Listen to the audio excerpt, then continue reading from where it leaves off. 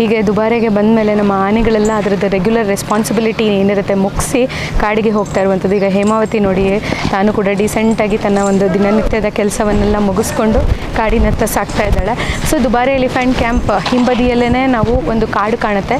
So ಆ ಕಾಡಿಗೆ ಕರ್ಕೊಂಡು ಹೋಗಿ ಸರಿಸುಮಾರು 1 ಅಥವಾ 2 ಕಿಲೋಮೀಟ್ರ್ ದೂರದಲ್ಲಿ ತಮ್ಮ ಆನೆಗಳನ್ನು ಬಿಟ್ಟು ಬರ್ತಾರೆ. ಕಾಲಿಗೆ ಒಂದು ಸಣ್ಣದಾಗಿ ಒಂದು ಚೈನ್ ಹಾಕಿರ್ತಾರೆ. ಬಿಕಾಸ್ ಯಾಕಂತಂದರೆ ತಮ್ಮ ಆನೆಗಳು ಎಲ್ಲಿ ಹೋಗ್ತಾ ಇದೆ ಮತ್ತು ಅದನ್ನು ಕರ್ಕೊಂಡು ಬರಬೇಕಲ್ವ. ಸಂಜೆ ಮತ್ತೆ 4 ಗಂಟೆಗೆ ತಿರ್ಗಾ ಕರ್ಕೊಂಡು ಬಂದು ಸ್ನಾನ ಮಾಡಿಸಿ ಅದಕ್ಕೆ ಒಂದು ತಿರ್ಗಾ ಫುಡ್ಡನ್ನು ಕೊಡುವಂಥದ್ದು ಏನಿರುತ್ತೆ, ಸೊ ಆ ಒಂದು ಪ್ಯಾಟ್ರನನ್ನು ಫಾಲೋ ಮಾಡಬೇಕು. ಒಟ್ಟಿಗೆ ಹೇಗೆ ಆನೆಗಳಿರ್ತಾವೋ ಮತ್ತೆ ಸರಿಸುಮಾರು ಸಮಯ ಒಂದು 11:15 12 ಗಂಟೆ ಆಗ್ತಾ ಇದ್ದಾಗೆ ಎಲ್ಲ ಒಂದೊಂದು ಭಾಗಗಳಿಗೆ ಹೊರಟೋಗ್ತವೆ. ಒಂದಷ್ಟು ಆನೆ ನೀರು ಕುಡಿಯೋಕ್ಕೆ, ಒಂದಷ್ಟು ಆನೆ ಕಾಡಿಗೆ ಬಿಡೋಕ್ಕೆ. ಕಾಡಿಗೆ ಬಿಡಬೇಕಾದ್ರೂ ಅಷ್ಟೇ ಈ ಭಾಗದಲ್ಲಿ ಬೇರೆ ಬೇರೆ ಜಾಗದಲ್ಲಿ ಎಲ್ಲ ಕಡೆನೂ ಇದಿರೋದ್ರಿಂದ, ಅಂದರೆ ಕಾಡಿರೋದ್ರಿಂದ ಆ ಒಂದು ಒಂದೊಂದು ಆನೆಗಳನ್ನು ಒಂದೊಂದು ಭಾಗದಲ್ಲಿ ಬಿಡ್ತಾ ಹೋಗ್ತಾರೆ. ಅಂದರೆ ಸ್ವಲ್ಪ ಡಿಸ್ಟೆನ್ಸ್ ಮಾಡಿ ಬಿಟ್ಟಿರ್ತಾರೆ. ಮತ್ತು ಅದರ ಕೇರ್ಟೇಕರೋ ಮಾವುತನೋ ಕಾವಾಡಿನೋ ಹೋಗಿ ಸಂಜೆ ಮತ್ತೆ ಕರ್ಕೊಂಡು ಬರುವಂಥ ಒಂದು ಪ್ಯಾಟ್ರನ್ನು. ಈಗ ನೋಡಿ, ನಾವು ಐ ಥಿಂಕ್ ಇಂದ್ರನು ಕೂಡ ತಮ್ಮ ಒಂದು ಕೆಲಸವನ್ನು ಮುಗಿಸ್ಕೊಂಡು, ಅಂದರೆ ಏನೋ ತಿಂಡಿ ತಿಂದ, ಸ್ನಾನ ಮಾಡಿಸಿದ್ರು, ಜನರ ಮುಂದೆ ನಿಂತ, ಒಂದಷ್ಟು ಫೋಟೋಸ್ ತೆಗೆಸ್ಕೊಂಡ, ಈಗ ವಾಪಸ್ಸು ಅವನು ಹೊರಟಿದ್ದಾನೆ. ಸೊ ಅವನು ಕೂಡ ಕಾಡಿಗೆ ಬಿಡೋಕ್ಕೆ ಅವರ ಕೇರ್ಟೇಕರ್ಸ್ ರೆಡಿಯಾಗಿದ್ದಾರೆ. ಸೊ ಈಗ ನಮ್ಮ ಒಂದು ದಂತವನ್ನು ಹೊಂದಿರುವಂಥ ನಮ್ಮ ಇಂದ್ರ, ಸೊ ಈಗ ಹೀಸ್ ರೆಡಿ. ಎಲ್ಲ ಕೆಲಸ ಮುಗಿಸಿ ನಾನು ಕಾಡಿಗೆ ಹೋಗ್ತೀನಿ, ಚೆನ್ನಾಗಿ ಬೇಕಾಗಿದ್ದನ್ನೆಲ್ಲ ನಾನು ತಿನ್ಕೊಂಡು ವಾಪಸ್ ನಾನು ಬರ್ತೀನಿ ಅಂತ ಹೇಳಿ ಅವನನ್ನು ಕೂಡ ಕಾಡಿನತ್ತ ಕರ್ಕೊಂಡು ಹೋಗ್ತಾ ಇದ್ದಾರೆ.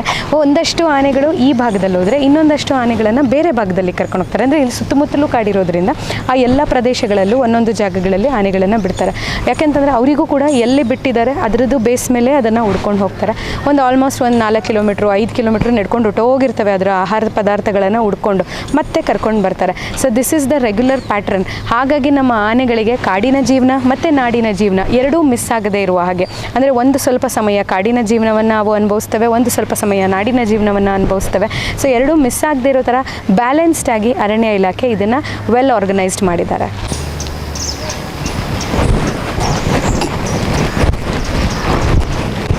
ಸೊ ಈಗ ಸದ್ಯಕ್ಕೆ ಶ್ರೀರಾಮನು ಕೂಡ ಆರಾಮಾಗಿ ಕಾಡಿಗೆ ಹೋಗ್ತಾ ಇದ್ದಾನೆ.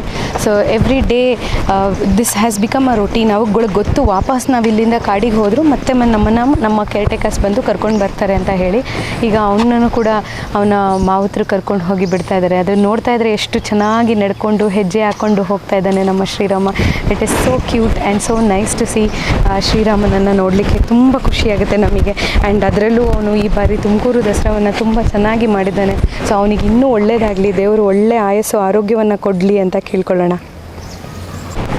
ಸೊ ಎಲ್ಲ ಆನೆಗಳನ್ನು ಕರ್ಕೊಂಡು ಹೋಗಿ ಬಿಡುವಂಥದ್ದು ಇದೆಯಲ್ಲ, ಸೊ ಇದು ಕೂಡ ಒಂದು ರೆಸ್ಪಾನ್ಸಿಬಲ್ ಒಂದು ಜವಾಬ್ದಾರಿ ಅಂತ, ಅಂದರೆ ರೆಸ್ಪಾನ್ಸಿಬಲ್ ವರ್ಕ್ ಅಂತ ಹೇಳ್ಬೋದು ನಮ್ಮ ಆನೆಗಳಿಗೆ. ಸೊ ಎಷ್ಟು ಚೆನ್ನಾಗಿ ಸ್ನಾನ ಮಾಡಿಸಿ ರೆಡಿ ಮಾಡಿಸಿ ತಿರ್ಗಾ ತೊಗೊಂಡೋಗಿ ಬಿಡ್ತಾರೆ. ಅವು ಮತ್ತೆ ತಿರ್ಗಾ ಮಣ್ಣು ಹರ್ಕೊಂಡು ವಾಪಸ್ ಬರುವಂಥದ್ದು. ಈಗ ನಮ್ಮ ಒಂದು ಮ್ಯಾಸಿವ್ ಲುಕ್ ಇರುವಂಥ ನಮ್ಮ ಧನಂಜಯನನ್ನು ನೋಡ್ತಾ ಇದ್ದೇವೆ.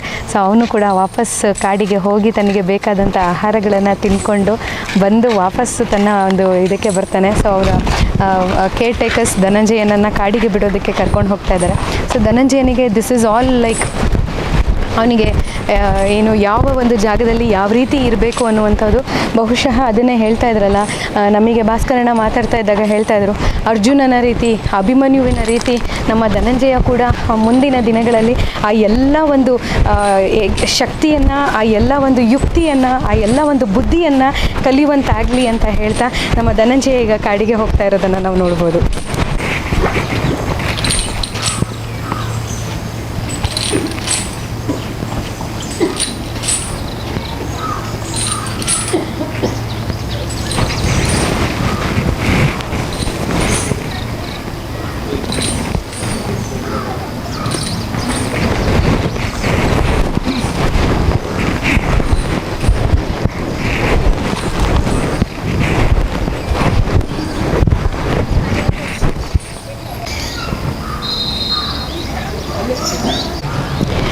ಓಕೆ, ಸೊ ಈಗ ವನವನ್ನು ಆಳುವಂಥ ವನರಾಜ, ಅವನ ಹೆಸರೇ ತುಂಬ ಚೆನ್ನಾಗಿದೆ. ಸೊ ವನವನ್ನು ಆತ ನೋಡ್ಕೊಳ್ಳುವಂಥ ಒಂದು ರಾಜನಿಗೆ ವನರಾಜ, ಅಂದರೆ ಕಾಡನ್ನು ನೋಡ್ಕೊಳ್ಳುವಂಥ ರಾಜನಿಗೆ ವನರಾಜ ಅಂತ ಹೇಳುವಂಥದ್ದು. ಆ ಹೆಸರನ್ನು ಹೊಂದಿರುವಂಥ ಆನೆ ವನರಾಜ ಕೂಡ ವನಕ್ಕೆ ಹೊರಡ್ತಾ ಇದ್ದಾನೆ, ಅಂದರೆ ಕಾಡಿಗೆ ಹೊರಡ್ತಾ ಇದ್ದಾನೆ. ಸೊ ಇವನು ಕೂಡ ಇಲ್ಲಿ ಎಲ್ಲ ಕೆಲಸ ಮುಗಿಸಿದ್ದಾನೆ, ತಿಂದಿದ್ದಾಯಿತು, ಇನ್ನೇನಪ್ಪ ಇನ್ನು ಒಳ್ಳೆ ಕಾಡಿನ ಫುಡ್ಡನ್ನು ತಿನ್ನೋಕ್ಕೆ ನಾನು ಹೋಗ್ತಾ ಇದ್ದೀನಿ ಅಂತ ಹೇಳಿ ನೋಡಿ ಈ ಥರದ ಒಂದು ಚೈನನ್ನು ಹಾಕಿರ್ತಾರೆ. ಯಾಕಂದರೆ ಮತ್ತೆ ಆ ಒಂದು ಆನೆಗಳು ಎಲ್ಲಿ ಹೋಗಿದೆ ಅನ್ನುವಂಥ ಗುರುತು ಸಿಕ್ಕಲಿ ಅಂತ ಆ ಚೈನನ್ನು ನೋಡಿ ಆನೆಗಳು ಅದರ ಮೇಲೆ ಹಾಕ್ಕೊಂಡು ತೊಗೊಂಡು ಹೋಗ್ತಾ ಇದ್ದಾರೆ. ಅಂದರೆ ಒಂದು ಕಾಲಿಗೆ ಆ ಚೈನನ್ನು ಹಾಕಿರೋದ್ರಿಂದ ತಮ್ಮ ಆನೆಗಳು ಎಲ್ಲಿ ಹೋಗಿರ್ತಾರೆ ಅಥವಾ ಎಲ್ಲಿ ಆನೆಗಳು ಇರ್ತವೆ ಅನ್ನೋದನ್ನು ಗುರುತು ಮಾಡ್ಕೊಳ್ಳೋದಕ್ಕೋಸ್ಕರ ಆ ಚೈನನ್ನು ಹಾಕಿರ್ತಾರೆ. ಅದು ಮತ್ತೆ ಹೋದಾಗ ಆ ಸರಪಳಿಯ ಒಂದು ಏನು ಗುರುತಿರುತ್ತೆ ಅದನ್ನು ನೋಡಿ ಎಲ್ಲ ಫಾಲೋ ಮಾಡುವಂಥದ್ದು. This is a pattern. ಅವರ ಬುದ್ಧಿವಂತಿಕೆ ನೋಡಿ ಯಾವ ರೀತಿ ಇದೆ ತಮ್ಮ ಆನೆಗಳನ್ನು ಕಂಡುಹಿಡಿಬೇಕು ಅಂತ ಹೇಳಿ. ಸೊ ಈಗ ನಮ್ಮ ದುಬಾರೆ ಎಲಿಫೆಂಟ್ ಕ್ಯಾಂಪ್ನಲ್ಲಿ ನಾವು ನೋಡುವಂಥ ಆನೆಗಳೆಲ್ಲ ವಾಪಸ್ ಕಾಡಿನತ್ತ ಸಾಗ್ತಾ ಇದ್ದಾವೆ.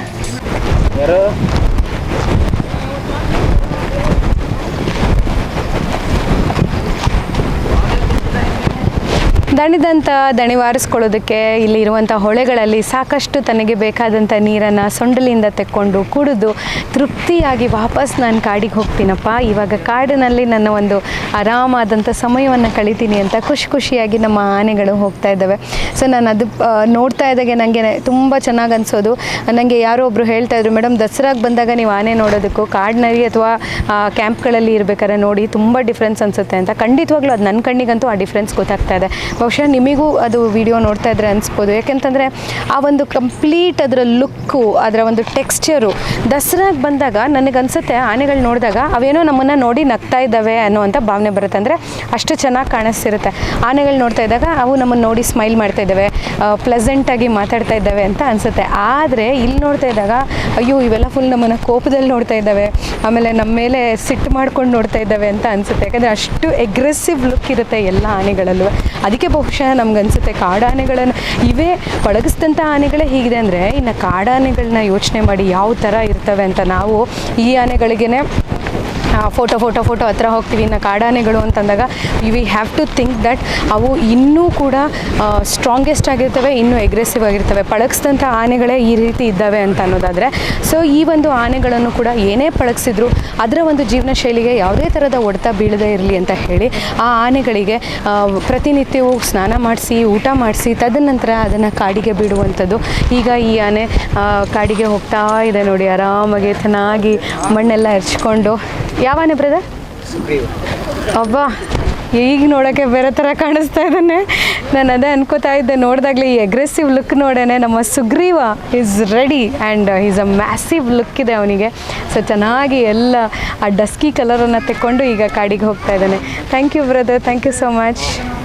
ಸೊ ನಮ್ಮ ಸುಗ್ರೀವ ನೋಡಿ ಯಾವ ಆನೆ ಅಂತ ಕೇಳೋಷ್ಟು ಡಿಫ್ರೆನ್ಸ್ ಅನಿಸುತ್ತೆ. ಯಾಕೆಂತಂದರೆ ನಮಗೆ ದಸರಾನಲ್ಲಿ ನೋಡೋದಕ್ಕೆ ಹೇಗೆಂದರೆ ಕಲರ್ಫುಲ್ಲಾಗಿ ಕಾಣೋದಕ್ಕೂ ಈಗಲೇ ನೋಡಲಿಕ್ಕೂ ತುಂಬಾ ಒಂಥರ ಡಿಫ್ರೆಂಟಾಗಿ ಕಾಣುವಂಥ ನಮ್ಮ ಸುಗ್ರೀವ ಕಾಡಿಗೆ ಹೊರಟಿದ್ದಾನೆ. ಸೊ ತನ್ನ ಒಂದು ದಿನನಿತ್ಯದ ಒಂದು ಕೆಲಸವನ್ನು ಮುಗಿಸ್ಕೊಂಡು ಹೋಗೋದಕ್ಕೆ ಸಿದ್ಧವಾಗಿದ್ದಾನೆ. ಸೊ ಸುಗ್ರೀವಂಗೆ ಕಾಡಿ ಕಳಿಸ್ತಾ ಇದ್ದೀರಾ? ಆಯ್ತಾ ಎಲ್ಲ ಇದ್ರದ್ದು ಫುಲ್ಲು ಕೆಲಸ ಮುಗೀತು, ಬಂದು ತಿನ್ನಿಸಿ ಊಟ ಮಾಡಿಸಿ ಎಲ್ಲ? ಓಕೆ, ಏನಾಯ್ತು ಅವನಿಗೆ?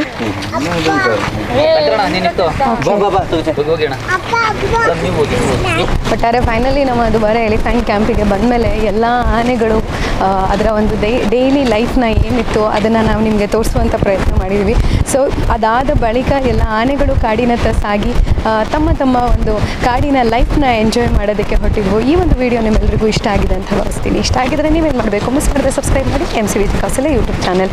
And this is MCVG Kausalya signing off. Bye.